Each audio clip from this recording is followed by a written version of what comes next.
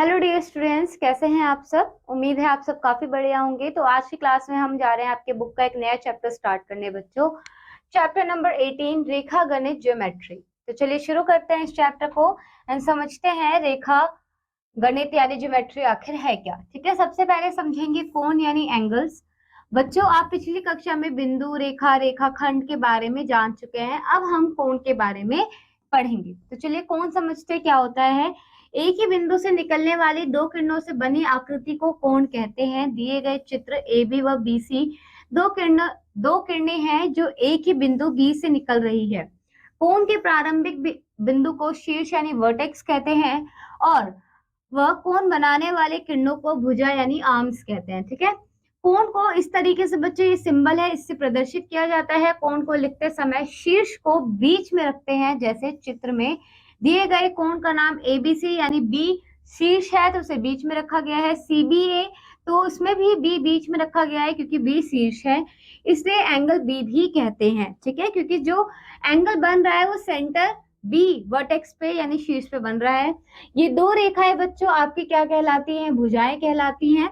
ठीक है, और ये भुजाएं जहां पर मिल रही हैं, देखिए यहाँ पे मिल रही है तो यहाँ पर ये बन रहा है एंगल। ठीक है, ये जितना बड़ा खुलता जाएगा उतना ज्यादा एंगल बड़ा होता जाएगा। ठीक है, तो चलिए इतना क्लियर है, आगे बढ़ते हैं एंड प्रोटेक्टर बारे में समझते हैं बच्चों। ये जो आप चित्र देख रहे हो ना, इसे प्रोटेक्टर यानी चांदा बोलते हैं। क्या बोलते हैं? चांदा। कोण का मापक यंत्र चांदा, प्रोटेक्टर।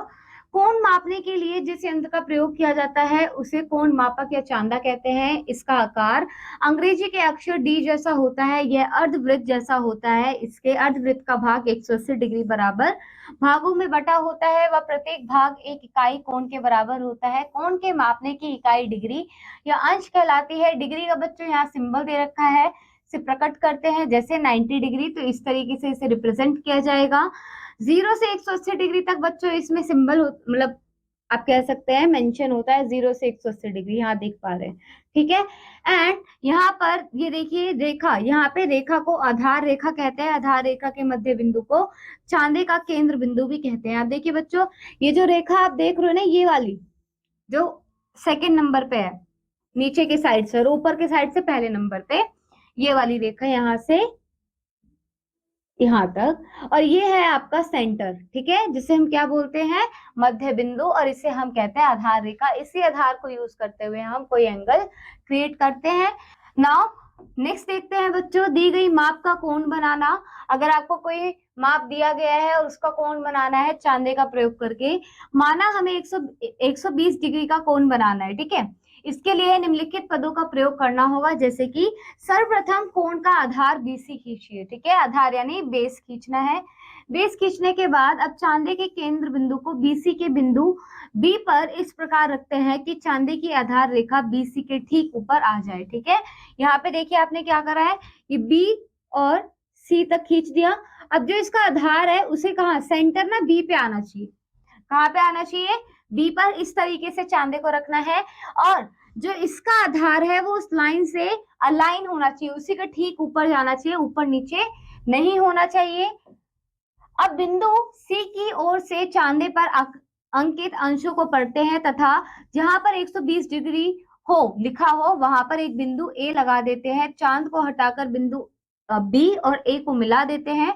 अभिष्ट angle ABC is equal to 120 degree प्राप्त होता है। जैसे कि यहाँ देखिए ये रहा 120 डिग्री, यहाँ पे आपको बिंदु लगाना है, ए लिख देना है। चांदे को हटाकर बी और सी को किसकी स्केल की सहायता से मिला देना है। अब जो एंगल आपका बनेगा दैट इज 120 डिग्री, यानी 120 डिग्री आपका क्या बना है, कोण बना है। नाउ अगला देखिए बच्चों, दिए गए कोण को कोणात्मक कोण मापक से नापना। To measure a given angle with a protractor. अब देखिए बच्चों, अगर आपको कोई कोण दिया है, आपने चांदे की सहायता से यानी प्रोटेक्टर की हेल्प से बनाया है। अब आपको क्या बोला है कि आपको कोई एंगल ऑलरेडी दे रखे हैं एंड आपको प्रोटेक्टर की हेल्प से नापना है। तो एंगल एबीसी दिया हुआ कोण है। कोणात्मक कोण मापक को इस प्रकार रखा जाता है कि इसका केंद्र कोण के शीर्ष बी पर पड़े और 0 से 180 डिग्री की आधार रेखा भुजा बीसी पर पड़े। कोण बीसी की ओर कोण मापक के 0 डिग्री से शुरू करके हम अंश के गिनते हैं।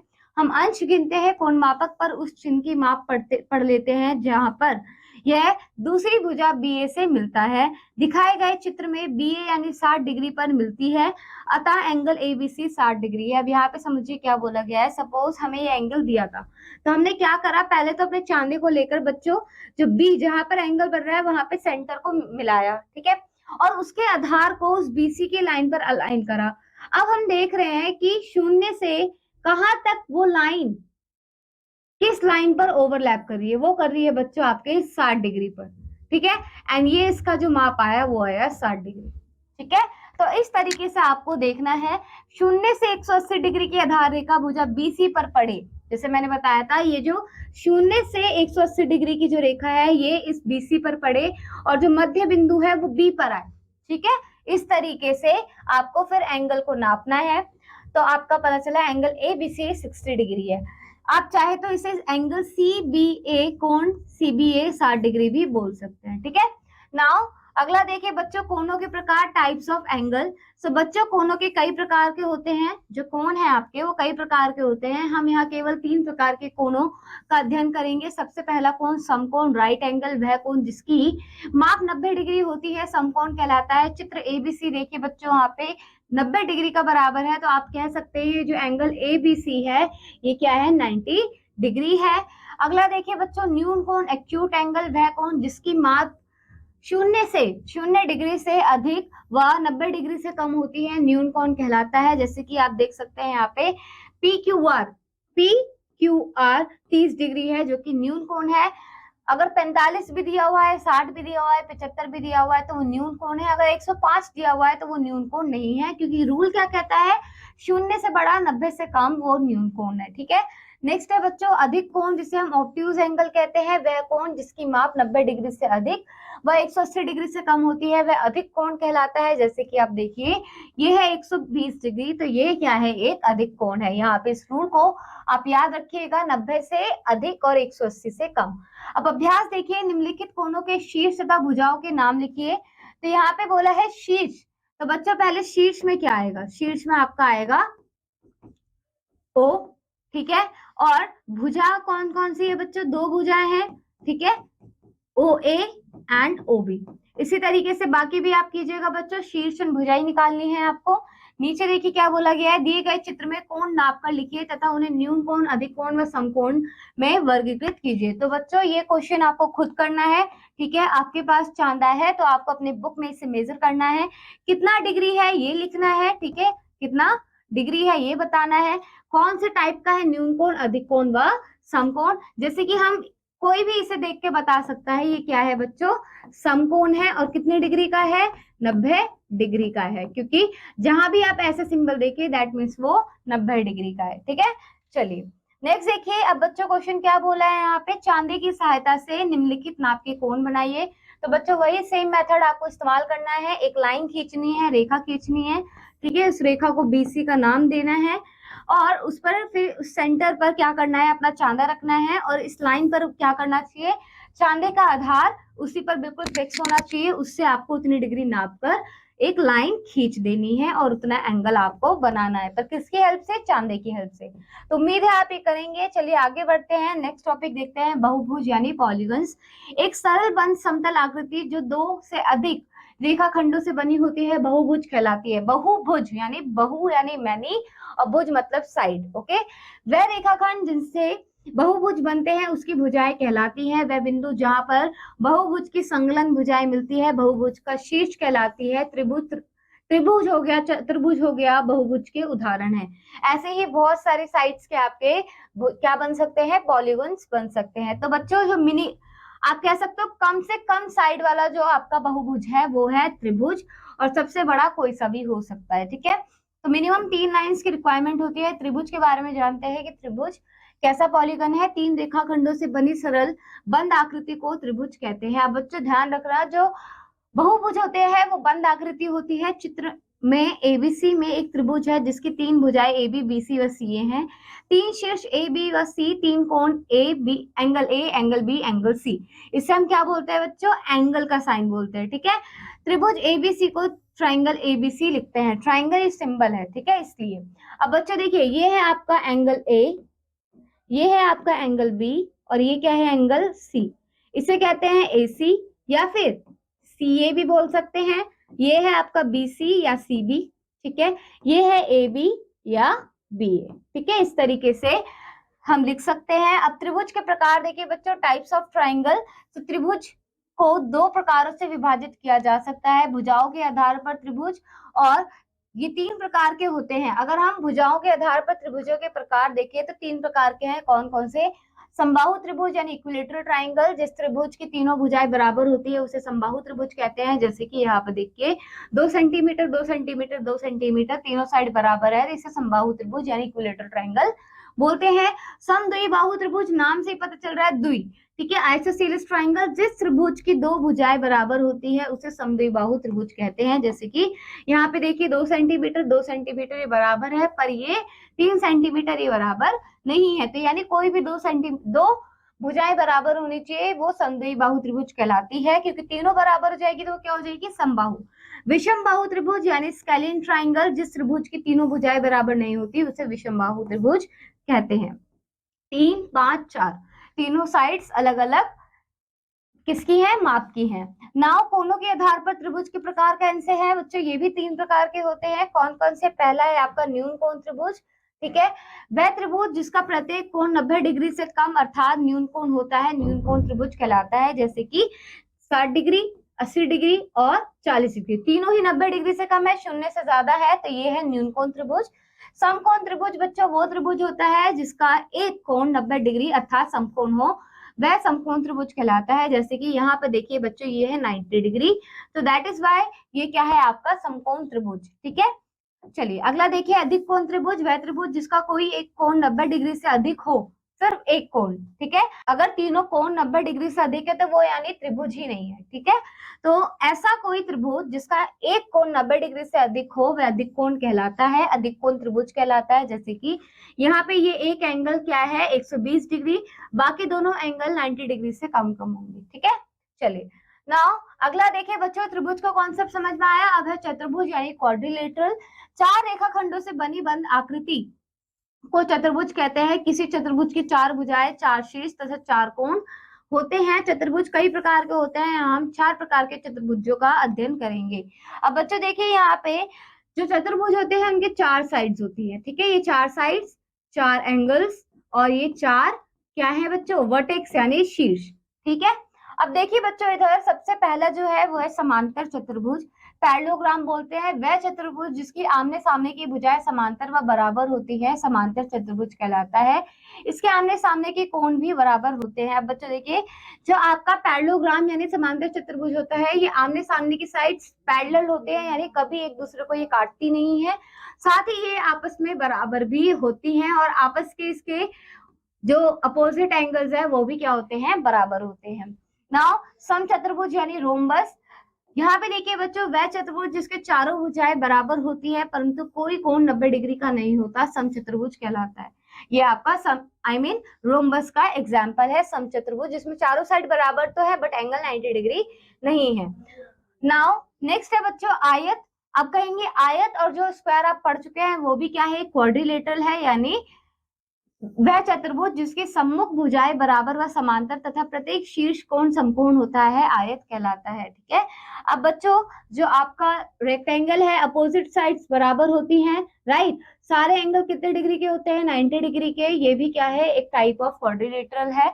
नाउ अगला देखिए बच्चों वर्ग जो कि स्क्वायर है, वह चतुर्भुज जिसकी चारों भुजाएं बराबर होती है वह वर्ग कहलाता है। प्रत्येक कोण कितने बराबर होता है? 90 डिग्री का होता है। यहाँ देखिए ये भी 90 डिग्री, ये भी 90 डिग्री, ये भी 90 डिग्री, ये भी 90 डिग्री, चारों साइड कैसी हैं? बराबर हैं और अपोजिट एंगल क्या? सब सारी एंगल वैसे बराबर है, ठीक है। अब बच्चों देखिए नेक्स्ट एक्सरसाइज, इसमें क्या बोला गया है? निम्न में से कौन सी आकृति बहुभुज को दर्शाती है? ये वाली बी, डी एंड ई, क्योंकि ये बंद नहीं है और ये भी बंद नहीं है। मिनिमम 3 साइड्स चाहिए, इसमें 3 साइड्स हैं बट ये बंद नहीं है। अगला देखिए क्या बोला गया है? प्रत्येक त्रिभुज को बिना नापे उसका नाम बताइए। तो बच्चों यहाँ देखिए 4 4 4, तो ये कौन सा है आपका? समबाहु त्रिभुज, राइट। समबाहु ये कैसा है बच्चों? ये है आपका राइट एंगल ट्राइंगल और ये कैसा है बच्चों? ये है आपका इक्विलेटरल ट्राइंगल, ठीक है। तो देखिए ये भी आपका समबाहु क्यों है ये वाला, क्योंकि अगर तीनों एंगल बराबर है तो साइड्स भी ऑलवेज बराबर होंगी, और अगर तीनों साइड बराबर है तो तीनों एंगल्स भी ऑलवेज बराबर होंगे, ये ध्यान रखिएगा, ठीक है। चलिए इसे बोलेंगे समकोण त्रिभुज, ठीक है। चलिए आगे बढ़ते हैं, बाकी का आप खुद ट्राई आउट कीजिएगा। अगला देखिए क्या बोला है बच्चों, तो उन चतुर्भुजों के नाम लिखिए जिनकी विशेषता निम्नलिखित है। तो बच्चों इनकी विशेषता हम पढ़ चुके हैं, तो उम्मीद है आप ये खुद करेंगे। जैसे कि देखिए पहला, जिनके चार भुजाएं बराबर हो किंतु कोई कोण बराबर ना हो, उसे क्या कहते हैं, रोम्बस, ठीक है। या नेक्स्ट देखिए, जिसके सम्मुख भुजाएं समांतर व बराबर हो, तो बच्चों उसमें क्या बोला था, समांतर चतुर्भुज। तो ये आप खुद कीजिएगा, ठीक है, हम पढ़ चुके हैं। अब नेक्स्ट देखिए बच्चों, वृत्त यानी सर्कल। सो किसी भी वर्ग, आयत तथा त्रिभुज की भांति एक वृत्त भी क्या है, एक परिबद्ध आकृति है। एक आयत, एक वर्ग तथा एक त्रिभुज सीधी रेखा से परिबद्ध होते हैं, परंतु एक वृत्त एक वर्ग वक्रीय यानी कैसा, कर्व से प्रति परिबद्ध होता है। मतलब क्या है, सीधी सी बात समझिए, जो आयत, वर्ग और त्रिभुज थे वो किससे बने थे बच्चों, वो आपके बने थे लाइन सेगमेंट से, ठीक है। बट जो आपका वृत्त है जिसे हम सर्कल बोलते हैं, वो किससे बना हुआ है, एक वक्रीय रेखा यानी कर्व से बना हुआ है। कर्व आप जानते हैं बच्चों, इस टाइप से ये सारे क्या होते हैं, कर्व्स होते हैं, ठीक है। जो एक स्ट्रेट नहीं होते वो कर्व कहलाते हैं। वृत्त के अंदर स्थित स्थिर बिंदु ओ, जो कि आप देख पा रहे हैं, वृत्त का केंद्र कहलाती है ये वाली, ठीक है। वक्रीय रेखा पर स्थित प्रत्येक बिंदु केंद्र से समान दूरी पर होता है, ठीक है। ए तथा बी वृत्त की वक्रीय रेखा पर स्थित दो बिंदु है, ये दोनों बिंदु केंद्र ओ से समान दूरी पर स्थित है, अतः ओ ए बराबर ओ बी होगा। अब देखिए बच्चों यहाँ पे क्या बोला है, ये एक त्रिज्या है, ये एक त्रिज्या है। अब ये दो जो त्रिज्या है ये सेंटर से वृत्त के किस पर है, लाइन पर ही तो है। तो बच्चों ये दोनों सामान्य दूरी है, इसे आप कह सकते हो ओ ए बराबर ओ बी है, ठीक है। चलिए अब बच्चों एक चीज ध्यान रखिएगा, जब आप वृत्त को दो बार जोड़ते हैं तो आपको एक चीज मिलती है जिसे कहते हैं व्यास यानी डायमीटर, ठीक है। इन्हें वृत्त की त्रिज्या कहते हैं। जो अभी मैंने आपको बताया था, जो हाफ है वो तो त्रिज्या है। एक वृत्त में असीमित त्रिज्याएं, अत्रिज्याएं क्या होते हैं बच्चों, माय बैड, देखिए असीमित त्रिज्याएं, असीमित त्रिज्याएं यानी अनलिमिटेड रेडियस, ये जो है बच्चों इसे हम बोलते हैं रेडियस, ठीक है। और ऐसी आप कितनी भी त्रिज्याएं बना सकते हैं, ठीक है। तो आई होप ये आपको समझ में आ गया। नेक्स्ट देखिए बच्चों, अतः वृत्त की वक्रीय रेखा पर स्थित किसी भी बिंदु की वृत्त के केंद्र से निश्चित दूरी को वृत्त की क्या कहा जाता है, त्रिज्या कहा जाता है। वृत्त की सभी त्रिज्याएं बराबर होती हैं, एक वृत्त के अंदर उसकी सभी त्रिज्याएं बराबर होती है, अलग अलग वृत्त की त्रिज्या अलग अलग हो सकती है। वह रेखाखंड जो वृत्त के केंद्र से होकर गुजरता है तथा जिसके अंत बिंदु वृत्त पर स्थित होते हैं, वृत्त का व्यास कहलाता है। जैसे एक्स वाई व्यास है, यहाँ पे समझिए बच्चों, यहाँ पर अगर आप ध्यान से समझें, इसको साफ क्लियर कर देते हैं। अब यहाँ पर जो आपका सेंटर से होकर एक लाइन जा रही है और जो सर्कल के दूसरे एंड पर, पहले एंड से शुरू होकर दूसरे एंड पर मिल रही है, ये कहलाती है आपकी क्या, व्यास। क्या कहलाता है, व्यास। अब बच्चों ध्यान रखिए, ये भी त्रिज्या है, ये भी त्रिज्या है, तो मैं ये नहीं कह सकती 2 गुना त्रिज्या करेंगे तो हमें क्या मिल जाएगा, व्यास, ठीक है। चलिए आगे बढ़ते हैं, दी गई त्रिज्या का वृत्त बनाना। अगर हमें त्रिज्या दी हो तो drawing a circle of given radius, तो कैसे बनाएंगे। तो बच्चों ये आपने जरूर देखा होगा, ठीक है। अभी हम इसे देखेंगे। किसी भी वृत्त को एक सिक्के या एक कंगन की सहायता से बनाया जा सकता है, परंतु एक निश्चित त्रिज्या के वृत्त को बनाने के लिए हम एक ज्यामितीय उपकरण यानी कंपास का प्रयोग करते हैं। कंपास के दो पैर होते हैं, एक पैर स्टील की नोक का बना होता है तथा अन्य पैर में पेंसिल को व्यवस्थित किया जाता है। आइए देखते हैं कि कैसे हम दी गई त्रिज्या यानी 3 सेंटीमीटर का वृत्त बना सकते हैं। सबसे पहले देखिए बच्चों, ये है आपका कंपास, इसे क्या बोलते हैं, कंपास। अब बच्चों कंपास में दो चीजें होती है, ये है आपका नोक और यहाँ पे आप पेंसिल को फिक्स करते हो, ठीक है। अब बच्चों इस तरीके से पेंसिल को फिक्स किया जाता है कि दोनों बराबर बिल्कुल बैठे, ठीक है। अब देखिए बच्चों, सपोज आपको 3 सेंटीमीटर का एक वृत्त बनाना है, तो कंपास के दोनों पैरों को समान तल में व्यवस्थित कीजिए, यानी पेंसिल लगा के उसमें व्यवस्थित कीजिए, जिससे कि स्टील की नोक तथा पेंसिल एक सीध में आ जाए, जैसे मैंने आपको बताया था। चरण 2 में कंपास को खोलकर पैमाने की सहायता यानी स्केल की हेल्प से 3 सेंटीमीटर त्रिज्या को मापते हैं, जो कि आपने प्रीवियस क्लास में सीखा भी होगा। चरण 3 में किसी पेपर पर बिंदु O को चिन्हित करते हुए नुकीले पैर को इस बिंदु पर रखें। इस वाले नुकीले पैर को बिंदु पर रखना है O।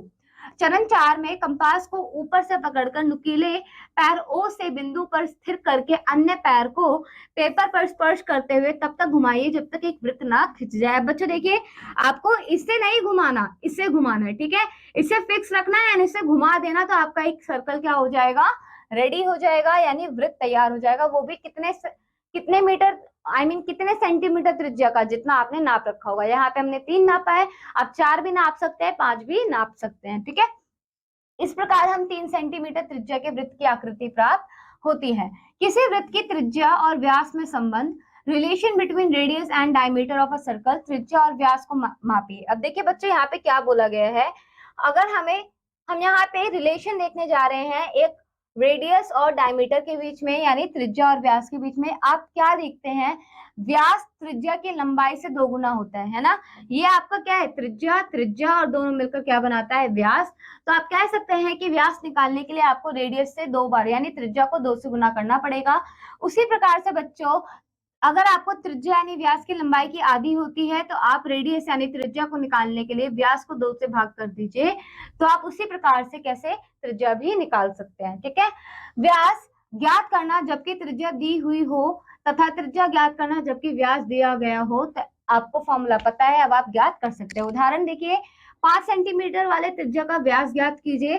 तो बच्चों यहाँ पे आपको सेंटीमीटर, रेडियस दिया हुआ है, त्रिज्या दिया हुआ है, तो आप क्या कहेंगे, हम जानते हैं कि व्यास त्रिज्या की लंबाई का 2 गुना होता है, तो व्यास निकालने के लिए आप उसे 2 से गुना करेंगे तो 10 सेंटीमीटर उसका क्या आ गया, व्यास आ गया। उदाहरण 2 देखिए क्या बोला है बच्चों, 12 सेंटीमीटर व्यास वाले किसी वृत्त की त्रिज्या ज्ञात कीजिए।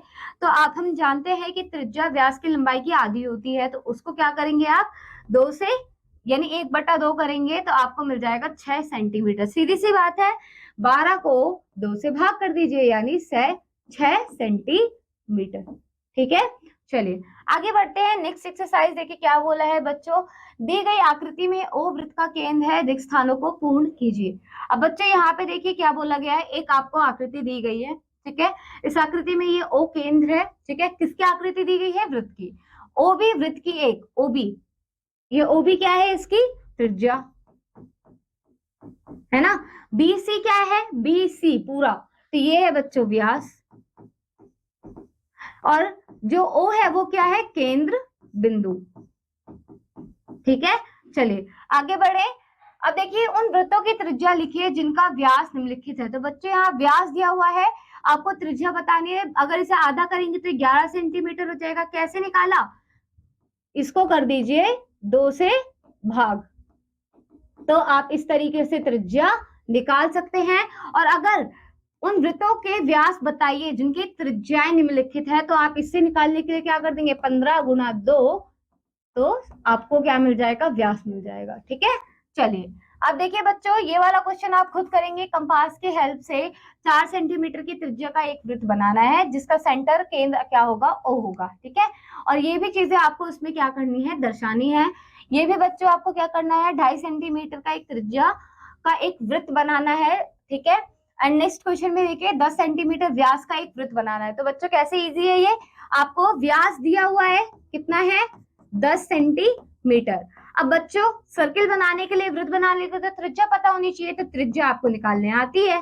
कैसे, व्यास को भाग कर दीजिए 2 से, यानी 10 को 2 से भाग कीजिए तो कितना आएगा बच्चों, 5 सेंटीमीटर, ठीक है। अब नाप कर आप क्या बना सकते हैं, एक त्रिज्या बना सकते हैं। तो उम्मीद है बच्चों आपको ये चीजें समझ में आई, ये चैप्टर आपको क्लियर हो गया। अब हम मिलेंगे बच्चों आपसे अगली क्लास में एक नए चैप्टर के साथ। Till then keep learning and keep exploring.